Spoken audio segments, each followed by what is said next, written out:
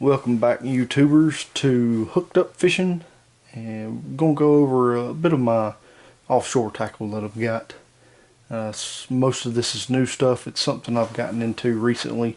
I hope to in the future start taking a lot more trips offshore.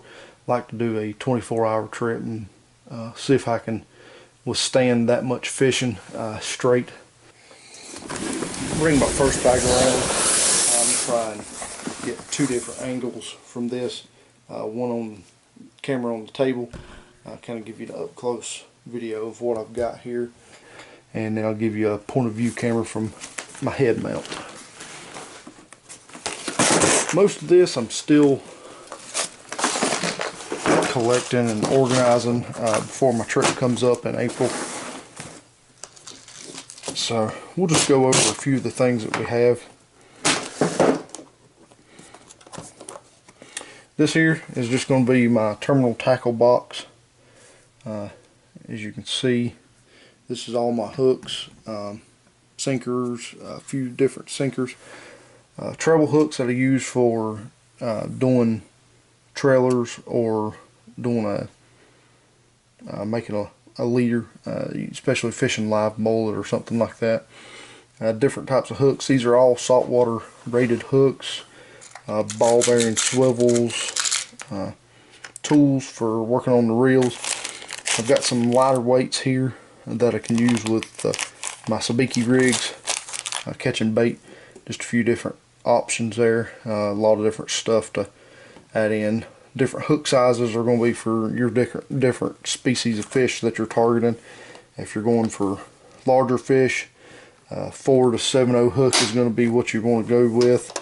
But if you're going for fish such as triggerfish, you're only going to want a 1/0 or 2/0 hook because of the size of their mouth.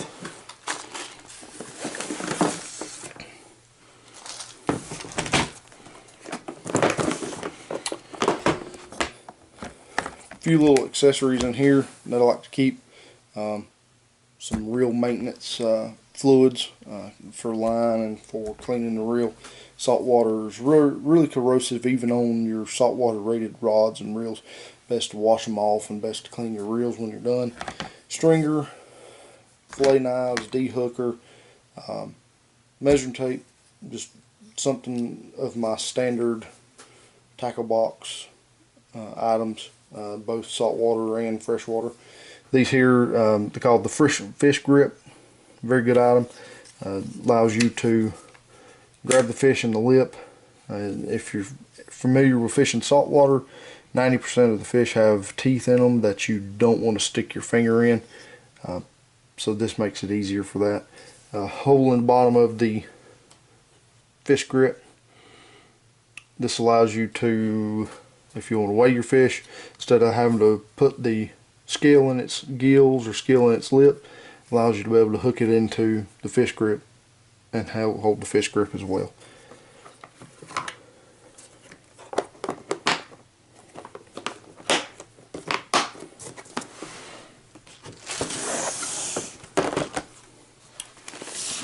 Last tackle box in this bag. This is just going to be some jigging stuff. Bucktails, knife jigs, assorted sizes, weights, different hooks, different styles. You can see here on each one of these I've attached a ball bearing swivel. This keeps it from, when you're jigging, keeps your line from twisting and gives it a better action in the water than having your monofilament or fluorocarbon leader or main line tied directly onto the knife jig, bucktail, whatever you're using. I'll go ahead and put this back in here.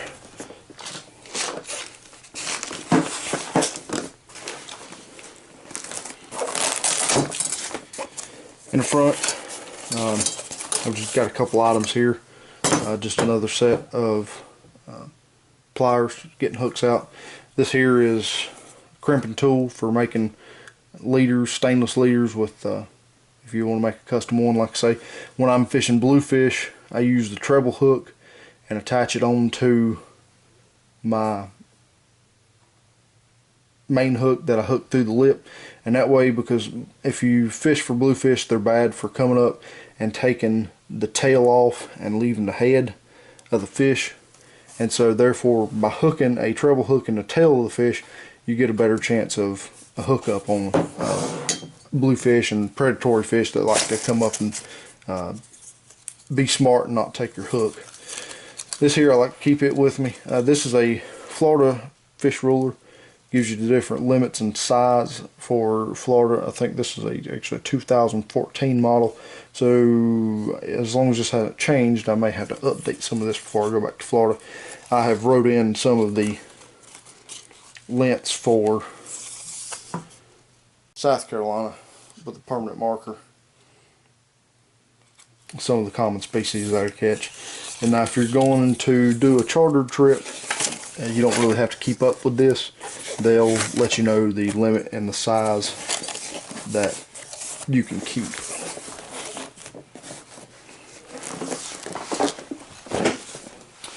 Alright, we'll move on. I have to thank my wife for my new fishing backpack. I'm too cheap to buy my own, I suppose, but this is her present to me for my upcoming birthday. Pair of pliers. I like to have an aluminum pair just for in saltwater. They're less corrosive. They won't bind up so much. The only thing I don't like about this pair that I have here is the short nose on them. Doesn't allow you to get down deep into a fish's throat if they swallow it. But now if I'm releasing a fish and they do swallow the hook, I'll usually try to cut the hook to save the fish. Kind of see if I can go over with this here. Give you an idea of this backpack. This is the Abu Garcia Revo backpack. I like this pretty good. Got a lot of options as far as being able to put items and tools and whatever else. I've got 2 rod holders on here. Place to hold your pliers. Different compartments, as you can see in here. This is my stainless cable for making my leaders. Very nice, very roomy backpack.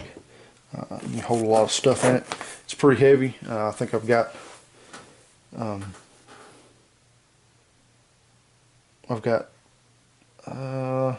10 pounds of weight in there, actual lead weights in there right now. So even with that in there, it's still very comfortable to wear. Few things, you know, that you're going to need. I always carry a bait knife. I carry multiple pairs of pliers, as you see. I always like to have multiple. This particular backpack comes with a sunglasses case, which I like because I'm bad for dropping them, losing them, scratching them. So if I'm not actually needing them, I can put them up. A couple different compartments in it. Let's see what I have in here. Keep a couple pair of scissors with me.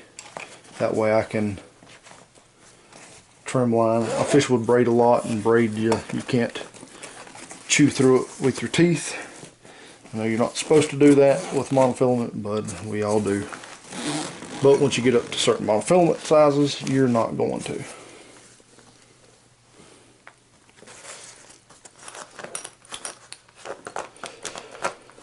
We'll go over some soft plastics that I've got. Get these down and push this backpack back a little bit for you. Alright, here I have not tried to gulp saltwater, but this will be something new that I try when I take this trip in April. We'll see how that does. What I have tried is fish bites. This is a very good artificial bait. If you can't find bait, if in a rush and you know, for people that, especially saltwater, this is all saltwater rated. You can get fish bites rated for freshwater. Usually it's a different type of material. These last very well, even with my surf fishing that I do.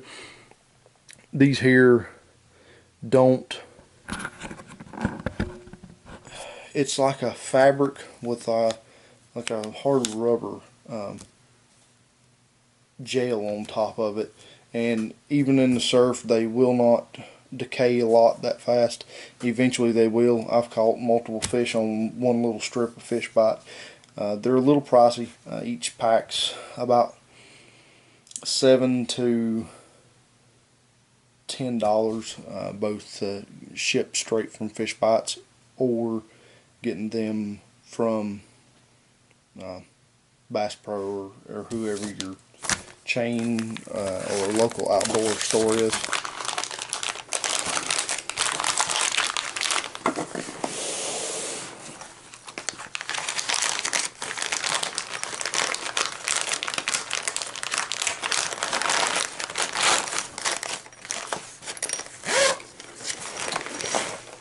Alright, a few things I have here in my backpack.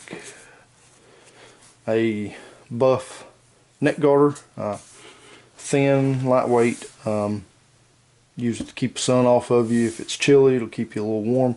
Surprisingly enough, whenever it is not cold,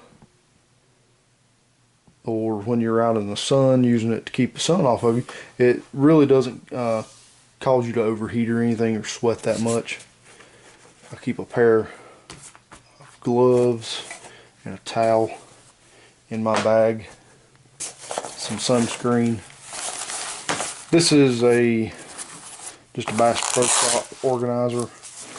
I've got this and I use it to store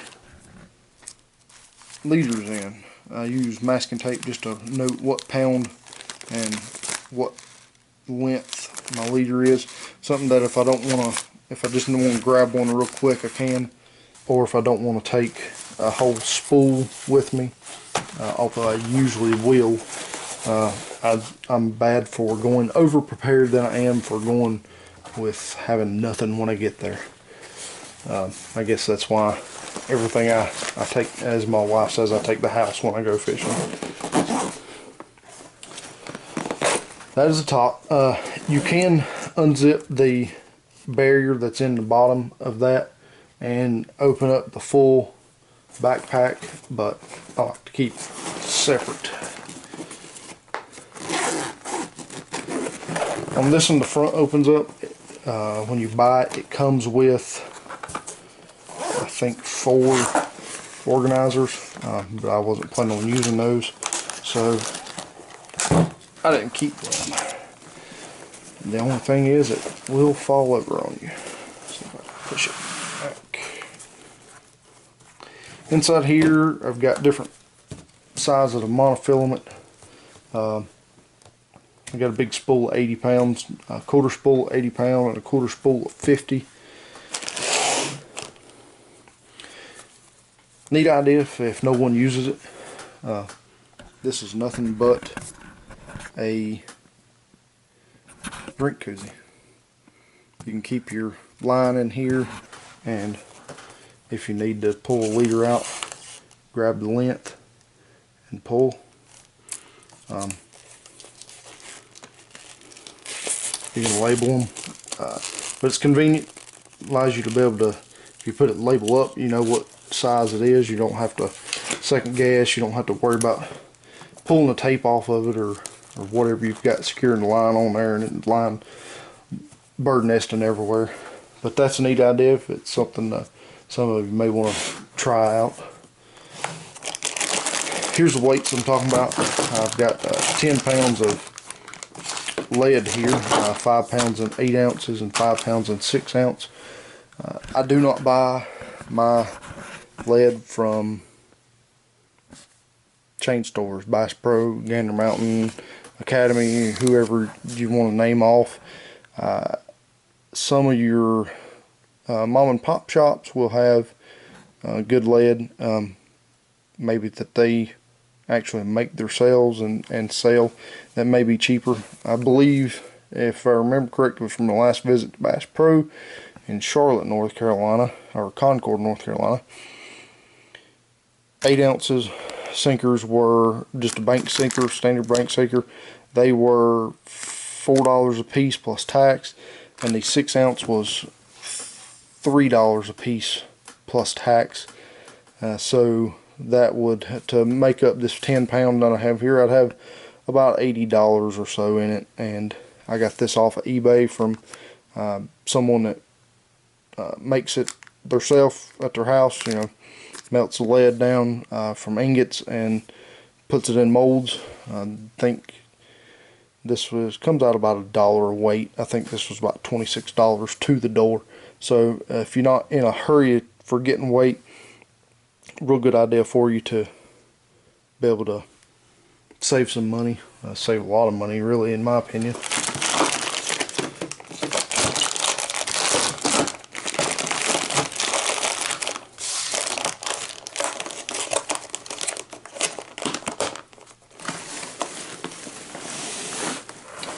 And inside here, I have my cast net and a little tool bag.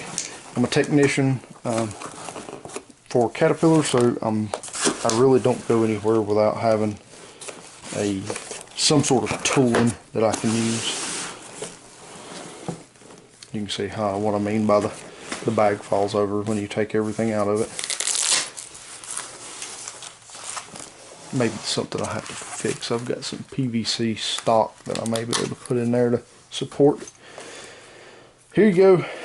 This is just a small little toolkit that I keep with me.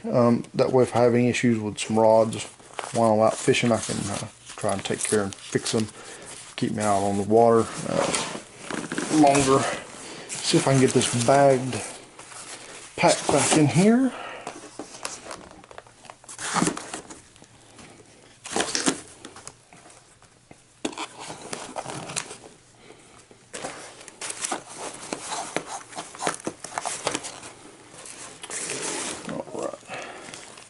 In the front of here, I've just got some sabiki rigs.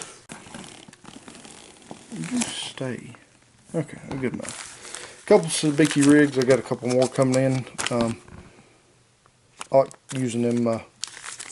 Kind of a fun way to get bait. Allows you to fish and get your own bait. I like using my own bait. It's fresher, cheaper than going to get it at a bait store or something. These are just some live bait rigs that I've made up. This is a new little design that I've got where the main lip hook actually will move freely on the leader line. I'm going to try that out next time I'm at the coast. See how that works. I'll let everybody know. Maybe it's something someone wants to try. It could be something somebody else is already trying and I've just not found it. Alright, let's get this mess back in here.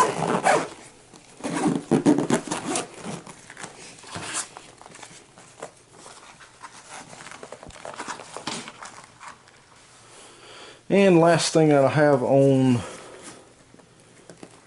my backpack here is just a telescopic rod. This is Field and Stream reel on it. Nothing special, nothing expensive. It's just cheap telescopic cork handle rod that I've got. Spinning reel. Use this for light fish, 10-pound line, braided line on it. Use this for fishing a sabiki rig. Just a neat little outfit, something portable that I can put on this backpack. I did have it, the backpack I had it in before, I just had to pretty much store it inside the backpack. But having this new one, I like it very much. It allows me to